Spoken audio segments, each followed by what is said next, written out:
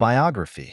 Lasker became world chess champion in 1894 and held the championship until 1921. In mathematics, he introduced the notion of a primary ideal. Thumbnail of Emanuel Lasker. Biography. Emanuel Lasker was born in the Prussian province of Brandenburg into a Jewish family. His mother was Rosalie Israelson while his father was Adolf Lasker, a cantor in the synagogue whose role there was to lead the liturgical prayers and chanting.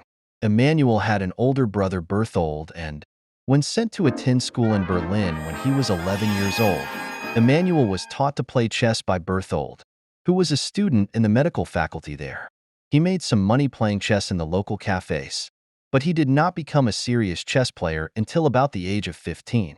In fact, Emanuel's parents were so worried that he was devoting too much time to chess and not enough to his schoolwork that they told Berthold to find another school for Emanuel. However, the head of this new school was president of the local chess club and the mathematics master was the local chess champion. So, in his new secondary school, Emanuel continued to show remarkable talents at both mathematics and at chess. In 1888, he obtained his abitur in Landsberg and der Warthe, now a Polish town named Gorzo Wielkopolski. Lasker studied mathematics and philosophy at the universities in Berlin, Göttingen and Heidelberg, but he combined his studies with playing chess. In 1889, he won his first chess tournament in Berlin and, a month later, he won the Hauptturnier in Breslau, which earned him the German title of Master of Chess. One of the judges at this event, Leopold Hofer, commented, "The young master will be a formidable opponent in future contests."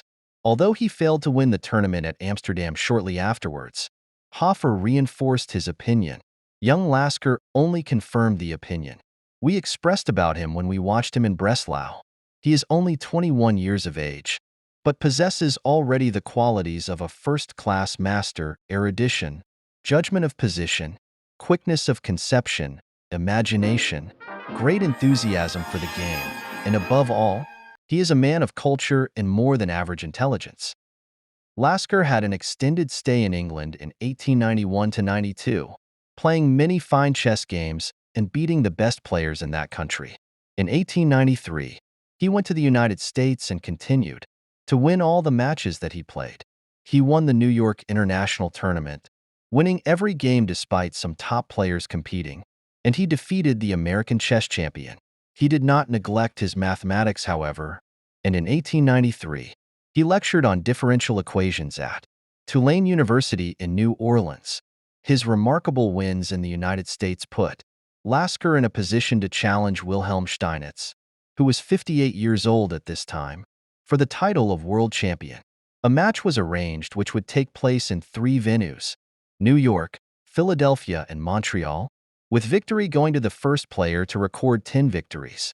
The match began in New York on March 15, 1894, and was fairly even with 2 victories to each player in the first 6 games. However, Lasker then won 5 consecutive games, winning impressive victories in Philadelphia. And, despite Steinitz recovering after this, Lasker won in Montreal. He gained his 10th win there on May 26, 1894, having by this time played 4 draws and having 5 losses. However, despite now being world champion, many doubted that he deserved the honor. Tarish said, "In my opinion, the match with Steinitz does not have the great importance that they themselves attribute to it, for Steinitz has grown old, and the old Steinitz is no longer the Steinitz of old." Lasker had returned to Germany by the end of 1894, but he contracted typhoid fever and became seriously ill. His brother, Berthold, nursed him back to health, but it was a slow process, and he was still recovering in 1895 when he took 3rd place in famous Hastings tournament in England, described as the most important tournament of the 19th century, which assembled the entire cream of world chess. While in England, he gave a series of lectures on chess, which he wrote up for publication as Common Sense in Chess. The book was published in German in 1896 with the English translation appearing in the following year. Over the next few years, Lasker played in relatively few chess tournaments. He had a famous win in St. Petersburg in 1895–96 and in a tournament in Nuremberg in the summer of 1896. In 1896, -97, he played Steinitz again in a World Championship match and was again victorious. This time he reached 10 victories, having lost only twice and drawn 5 times. In London in 1899, Lasker had one of his most impressive tournament victories, winning 20 of the 28 games he played, losing only 1 game. In the following year in Paris, he was equally impressive, winning 14 of his 18 games, again with only 1 loss. Chess was certainly not the only interest for Lasker over these years.